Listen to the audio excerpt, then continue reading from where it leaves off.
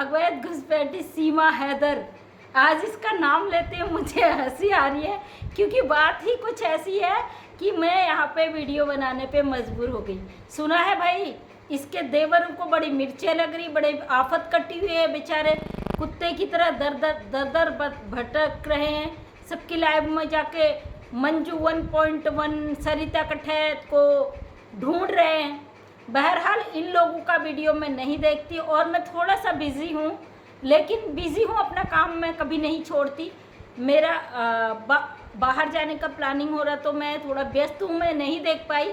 तो आज एक कमेंट की स्क्रीनशॉट मेरे पास आया, वो किसी की लाइव का कमेंट है। उसमें किसी बंदे ने कमेंट किया है कि गुलाम हैदर के केस का फैसला सरिता कठैत के घर में होगा और उसकी वकील होगी मंजू 1.1। तो भाई आप मुझे वकील का दर्जा क्यों कह रहे हो? आप मुझे जज ही बना दीजिए ना, कोर्ट ही बना दीजिए, क्योंकि उसका फैसला हम जानते हैं अच्छी तरीके से क्या होगा। उसका तो छोड़िए, उस औरत का बताइए जो घुसपैठ करके आई है, उसका हमें अच्छी तरीके से पता है कि हमारा कोर्ट क्या फैसला करेगी। बहरहाल आप लोग जो गालियाँ देते हो ना, आपको सल्यूट है 100 तोपों की। क्योंकि मैंने अभी एक बहन की लाइव देखी, हमारी दीदी सुमन दी, वो भी कह रही थी कि किसी लाइव में उन्होंने सुना कि अब बड़ी गंदी गंदी गालियाँ दी जा रही थी। भाई धन्य है भारत के वीर सपूतों, आपको सत सत नमन है जो एक गद्दार औरत अवैध घुसपैठी के लिए आप अपने देश की बहनें नहीं कहूँगी, क्योंकि हमारे भाई आप जैसे गद्दार नहीं हैं, अपने देश की महिलाओं को गाली गलौज करते हो। आपसे अपने घर की बेटियां तो संभलती नहीं है, अपनी माएँ अपनी बीवियों को तो आप संभाल नहीं सकते हो। आ जाते हो उन औरतों को रोकने जो घुसपैठी का विरोध करते हैं ना। और मैंने सुबंदी की लाइव देखी जिसमें उनके द्वारा बोला जा रहा था कि भारत की महिलाओं को गद्दार बोला जा रहा, आतंकवादी बोला जा रहा, उनको जेल पहुंचाने की बात कही जा रही है। अरे नालायको, निठल्लो, अनपढ़ो, पहले कानून पढ़ के आओ।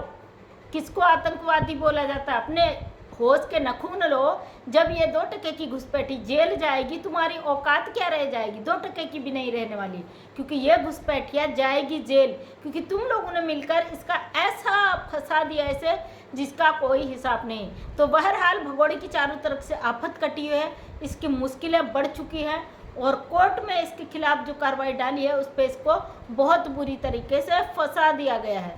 अब पाकिस्तान से जो हमारे ये इस घुसपैठिए के खिलाफ वकील साहब थे, उनको हटा दिया गया था। रोशन अली आजिम सर, उन्होंने भी इसके खिलाफ मोर्चा निकाल दिया, उन्होंने भी इसकी हकीकत को सामने लाकर रख दिया। लोग सच्चाई को एक्सेप्ट नहीं करते ना। बाकी दूसरे मुल्क की तो हम बात नहीं करेंगे, अपने मुल्क की बात करते। भाई तुम्हें इतना ही प्यार है अपने देश से, अपने देश की महिला आतंकवादी नजर आ रही, जाओ कोर्ट में केस डालो।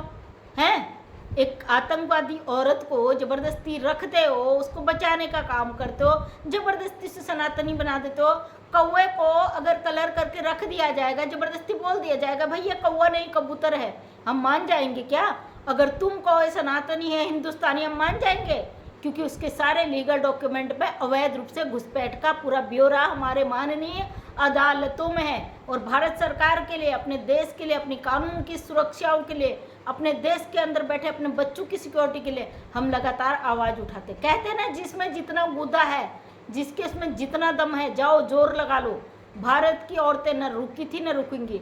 तुम्हारी गालियों का फ़र्क ही क्यों पड़ता है? क्योंकि तुम लोग ठहरे निठल्ले, तुम्हारे पास कोई काम नहीं, दिन रात तुम्हें सीमा सीमा सीमा दिखती है ना। हम इस भगोड़ी के पिछवाड़े पे लात मारकर जब तक यहाँ से फेंकते हुए नहीं देखेंगे ना, इसको जेल में नहीं ठूसा जाएगा, तब तक हम चुप नहीं रहेंगे। तुम्हें जो उखाड़ना वो उखाड़ लो, क्योंकि तुम लोगों की औकात बताती है तुम कितने घटिया गिरे हुए हो, जो भारत की उन औरतों को आतंकवादी उग्रवादी कहते हो, जो अपने देश के साथ खड़ी रहती है। तुम्हारी तो औकात रत्ती भर की नहीं है। खैर छोड़िए, मैं इन लोगों को बिल्कुल भी नहीं देखती, इसलिए मुझे इन लोगों का ज़्यादा पता भी नहीं ये क्या क्या क्या क्या भौंकते हैं। लेकिन ये बेचारे ऐसे नशेड़ी हैं जो पूरे दिन दिहाड़ी मजूरी जो भी करते होंगे या नहीं करते होंगे, इसके कोठे पे, सॉरी मुझसे ऐसे शब्द निकल गया, उसके लिए कान पकड़कर सॉरी, मैं ऐसे शब्द बोलती नहीं हूँ। तो जो लोग कहते हैं कि इसका ये रघुपुरा उस जगह को, वही चीज़ मेरे मुंह से आज गलती से निकल गया, लेकिन वीडियो को कट नहीं कर सकती। तो वहाँ पे दिन बिता के आते हो, रात को तुम्हें अपने नशे जब ठूस कर आ जाते हो ना, उस नशे को उतारने के लिए पूरी पूरी रात गालियाँ देनी होती है। और मैं न गालियों को कभी बढ़ावा देती हूँ, ना गालियों में कभी घुसती हूँ। इसलिए भौंकते रहो, भौंकते रहो। मैं तो हमेशा कहती हूँ जिसको जितनी गाली दो दो, पेट भर के दो। हम हमेशा पॉजिटिव थे, पॉजिटिव ही रहेंगे। ये घुसपैठिया, इसने भारत का कानून तोड़ा, अवैध रूप से भारत के अंदर घुस कर आई है। इससे ज़्यादा इस 2% की घुसपैठिया की कोई औकात नहीं है। फर्क यह है कि जानती ये भी है इसके साथ क्या होना है, और जानते आप लोग भी हो इसके साथ क्या होना है, लेकिन मानने को तैयार नहीं हो। जब तक ये नाच रही है, कमा रही है, तुम लोग कहाँ छोड़ने वाले हो। लेकिन 2% की भगोड़ी तूने अपनी औकात ऐसी बना ली कि भारत में तो आई तो अय्याशियाँ करने के लिए, मज़े मारने के लिए। यहाँ पे तुझे लगा कि भाई भारत में खुला छूट मिल गई, चोरी से अंदर घुस गई, तो यहाँ की जो रंगत है उसे देखकर तू पागल हो गई, तुझसे बर्दाश्त नहीं हुआ और तू चली गई सीधे वकील के पास और तू पकड़ी गई। वरना तू अपना नंगा नाच नाचती रहती भारत के अंदर, रोज़ सिगरेट से दागती, रोज़ नशे करती, रोज़ शराब पीती, रोज़ बीड़ी पीती।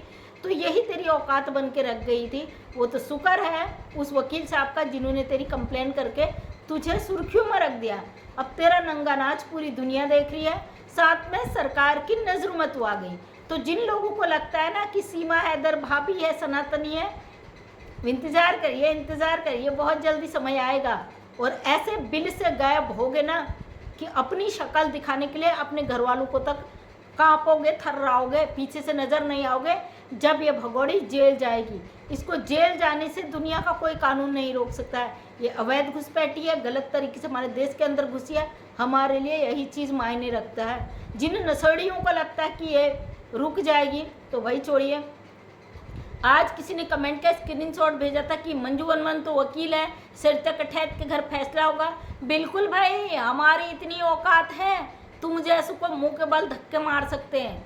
कौन हो तुम, मैं नहीं जानती, और ना ही तुम जैसे लोगों को देखना पसंद करती हूँ। तो किसी ने मुझे स्क्रीनशॉट का कमेंट का स्क्रीनशॉट भेजा, और कमेंट आप जानते उसको हम स्किप भी नहीं कर सकते। वीडियो को तो हम हटा देते हैं, कोई भी वीडियो आता मैं बिना देखे उसको रिमूव कर देती हूँ जो व्हाट्सएप वगैरह पर गालीबाज भेजे जाते हैं, लेकिन कमेंट सामने आ ही जाता है।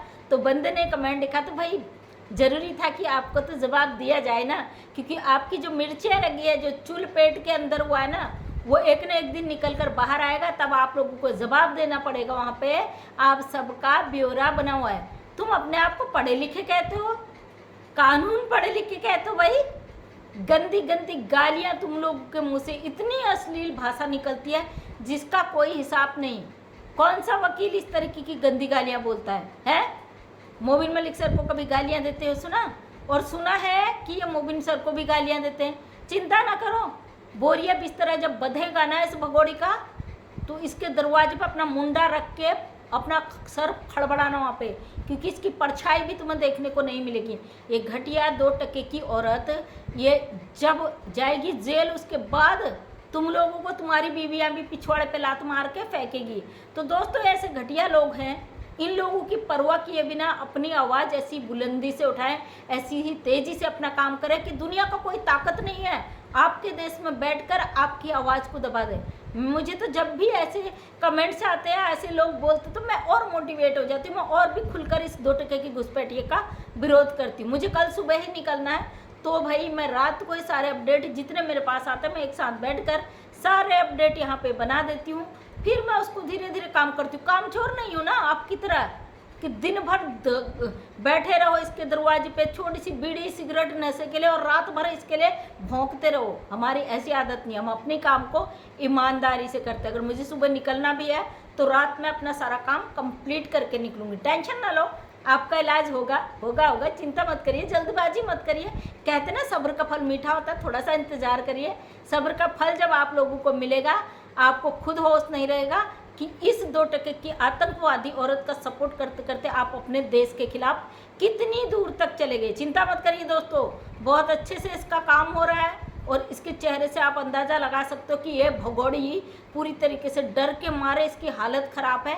बहुत जल्दी इसको पता चल जाएगा कि इसने कौन सा कर्म ऐसा किया है जिसका फल इसके सामने तैयार हो रहा है। और भगोड़ी तैयार रहना, क्योंकि तुझे समझाने का प्रयास तो किया था, तुझे चने के झाड़ पे चढ़ाने वालों ने ये नहीं बताया कि इसका हश्र जब आएगा तो किस बेल में छुपेगी। क्योंकि ना तो तू भारतीय है, ना तू यहाँ की नागरिक है, ना तू सनातनी है, तू एक पाकिस्तानी मुसलमान महिला है, इस्लामिक महिला। अब पता नहीं तेरा पाकिस्तान भी तुझे एक्सेप्ट करे या नहीं करे, क्योंकि तूने अपराध ही इतना कर दिया, तो शायद तू कहीं की भी नहीं रही। तो अपने कर्मों का रोना, अब तू जेल में जाके रोना, अपना सर फोड़ना, अपना जो करना वहाँ जाके करना, क्योंकि तुझे बहुत जल्दी तेरे कर्मों का फल मिलने वाला है। तो थैंक यू सो मच दोस्तों, इसी तरीके के अपडेट आपके सामने आते रहेंगे, और जलने वाले जलते रहे, हम अपना काम करते रहे, और साथ में आप लोग भी अपना काम करते रहना, क्योंकि ऐसे आलतू फालतू चीज़ों को अगर आपने नज़रअंदाज नहीं किया, ये आपका सरदर्दी का कारण हो सकते हैं। सरदर्द आप जानते हो ना, किसी को माइग्रेन का दर्द चढ़ गया तो उससे बचना बड़ा मुश्किल हो जाता है, इसलिए हम कोई भी सरदर्दी मोल नहीं लेते। जिसको भौंकना भौंकिए, जिसको जो करना करिए, हम अपना काम ऐसे ही करते रहेंगे। तो जय हिंद, जय भारत, वंदे मातरम।